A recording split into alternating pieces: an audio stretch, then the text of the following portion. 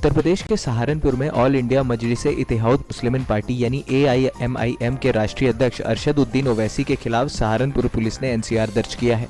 इन पर आदर्श आचार संहिता के उल्लंघन करने का आरोप है। कोतवाली नगर पुलिस ने यह मामला दर्ज करते हुए पूरे प्रकरण की जांच शुरू कर दी है। ओवैसी के अलावा पार्टी के प्रभारी प्रत्याशी तहत खान के खिलाफ भी NCR दर्ज किया गया है।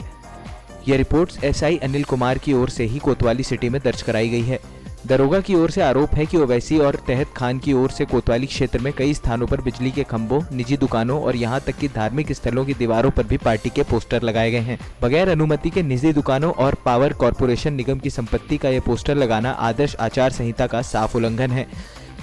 इस कार्य को आदर्श आचार संहिता के उल्लंघन के रूप में लेते हुए कोतवाली सिटी पुलिस ने मामला दर्ज कर लिया है।